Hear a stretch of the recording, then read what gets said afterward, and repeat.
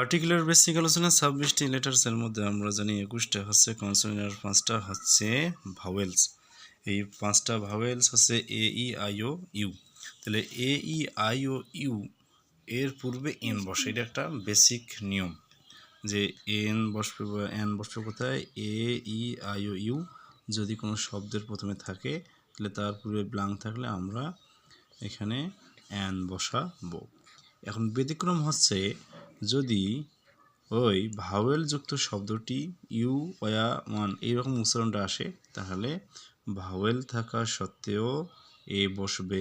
যেমন একটা উদাহরণ নম্বর দেওয়া আছে 2 নম্বরে, he is a university student, এখানে এ বসেছে ইউনিভার্সিটি উচ্চারণ করা ইউনি, ইউনিভার্সিটির ক্ষেত্রে ইউনি আসছে এই কারণে ইউ উচ্চারণ হওয়ার কারণে এ বসেছে। আবার he is an industrious man, এইখানে আইটা হচ্ছে ভাওয়েল এই কারণে এন বসেছে। আবার কিছু কিছু short form M A, FRCS, FCPS, তো এগুলোর ক্ষেত্রে আমরা যখন দেখব যে উচ্চারণটা ভাওয়েলের মতো আসতেছে, এখানে এম এ আসে উচ্চারণ, এফআরসিএস এ, এফসিপিএস এ, তো এই কারণে কী বসবে, এন বসবে। আবার দেখেন he is A B A, এখানে বি এ কোনো ভাওয়েল উচ্চারণ আসছে না, সুতরাং কনসোনেন্ট হওয়ার কারণে এ বসেছে। আবার কোনো কোনো ক্ষেত্রে যদি কী হয়েছে, যেমন অনেস্ট ম্যান, এখানে অনেস্ট শব্দটি এইচ দ্বারা শুরু হওয়া সত্ত্বেও উচ্চারণ হচ্ছে এখানে ওয়ের, এই কারণে আমরা তার সামনে এন বসাবো। এটা হচ্ছে পদ্ধতি।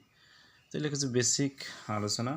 তারপরে আমরা যেটা জানি চন্দ্র, সূর্য, গ্রহ, নক্ষত্র, নদী, নালা, খাল, বিল, পর্বতপুঞ্জ, দেশপুঞ্জ, এগুলোর সামনে কি বসে, দা বসে, TSE এটা বসবে।